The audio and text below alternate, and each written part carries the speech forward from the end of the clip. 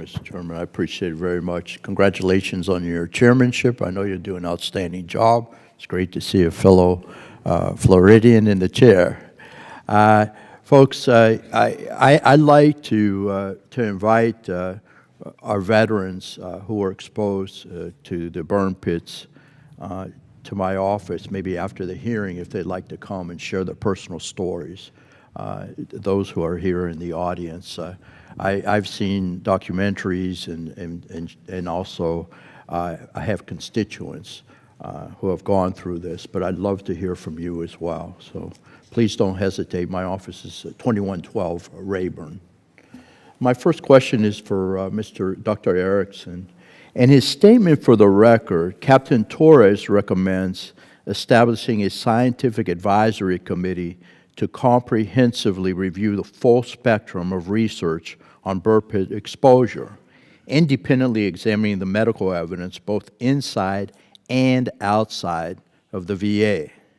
Other testimonies mention this similar. They have similar ideas. Do you support this idea? Thank you for the question.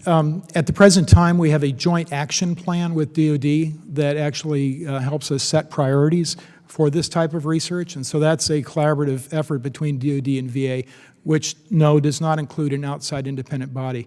And why not? And why not? I don't know.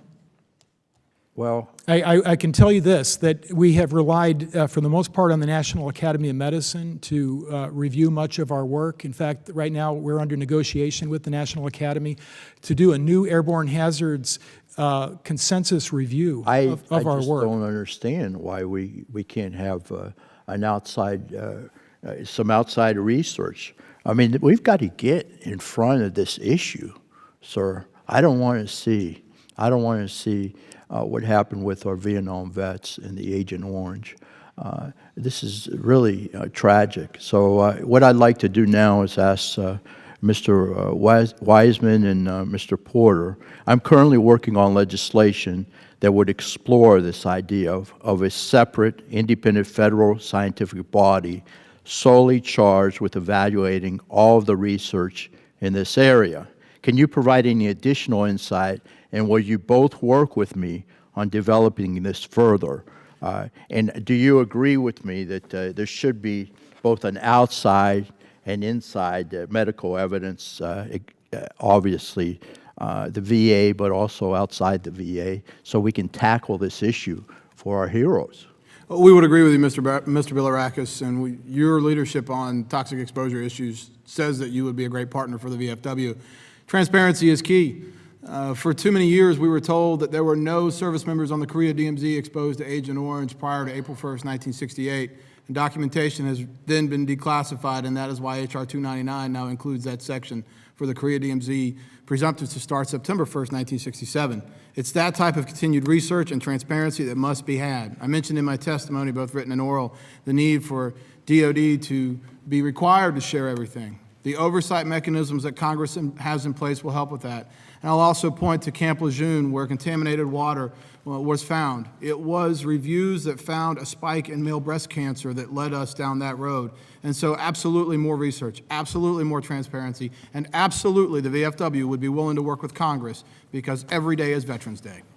Sir? And we'd support additional research, definitely, the higher quality of the research and data that we can get produced, whether it's private or public, but we need somebody like the VA to be able to pull all of that together, corral it so that it can be reviewed and have it all in one spot.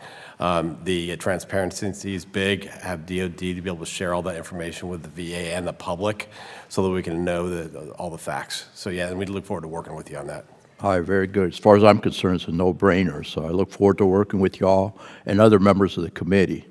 Dr. Erickson, I know I don't have much time. It seems that from the witness testimonies today and from colleagues on the committee that many of us have concerns about the scientific validity, again, of the open burn registry. In fact, stakeholders in my district have told me it is so poorly designed that it results in data that is virtually useless. You mentioned the National Academy study, but it is unclear to me how far the VA has gone to implement the recommendations from the study.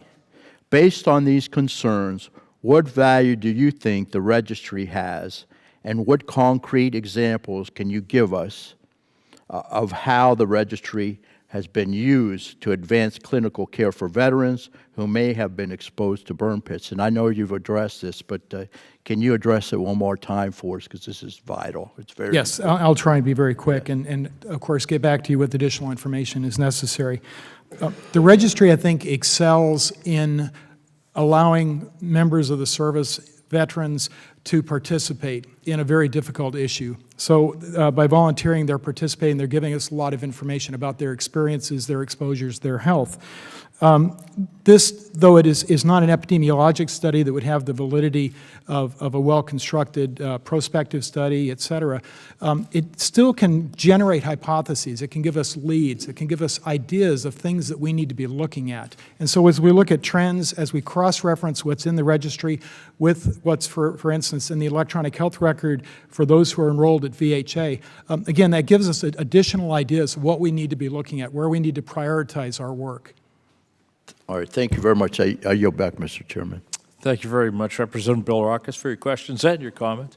Mr. O'Rourke, you're recognized for 5 minutes. Thank you, Mr. Chairman. And Mr. Porter, Mr. Wiseman, thank you for your testimony and for the advocacy of the members of your organizations. I'm just constantly reminded that any progress we make in Congress or on this committee is thanks to the pressure that you bring to bear. And I feel that today. And the urgency just at a personal level and I think for the committee has been raised. And I want to make sure that we're not having yet another meeting on this issue, trying to describe why it is taking so long for us to do what is necessary for those who've served this country, and also to the ranking member's point to stop this from continuing to happen. I feel like those are the two basic charges: to make sure that we've cared for those who've been exposed and who are suffering, and to stop this from happening going forward. And I know the chairman of the full committee's left, but I love that he reminded us of the example that we have with Agent Orange, and that it took this country more than 40 years to acknowledge our responsibility and our accountability, and to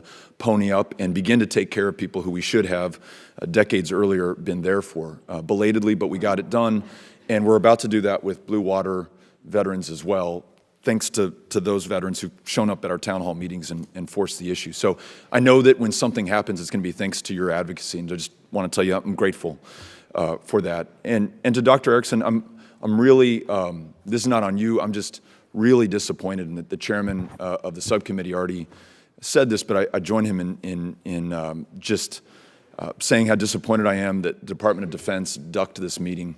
They have every reason in the world to be here. Deeply disappointing that they are not. But what I want to know from you is, how have they been as a partner? Your title is Chief Consultant, Post-Deployment Health Office of Patient Care Services, Veterans Health Administration, U.S. Department of Veteran Affairs. So your post-deployment, how are you doing in working with the deployment side of the equation, as to the point as you can be? Again, we have a deployment health work group, which we on a regular basis work to discuss these issues.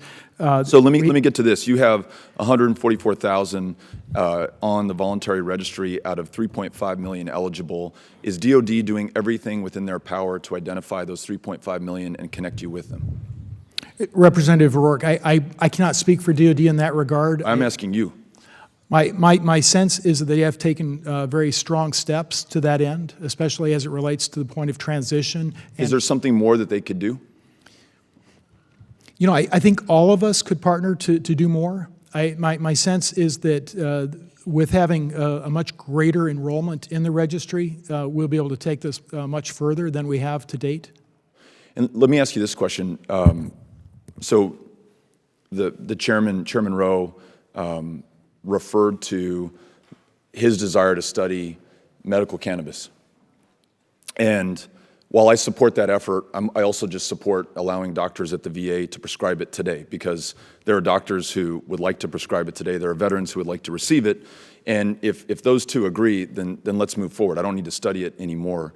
Are we at a point now where doctors can begin treating this without more studies, and where we can we have enough information, even if it's not studied you know, to the 10th degree, but there are veterans who are saying, I am experiencing this and I need this help. And there are enough doctors who are saying, I can do the following to help those veterans. And here are the kind of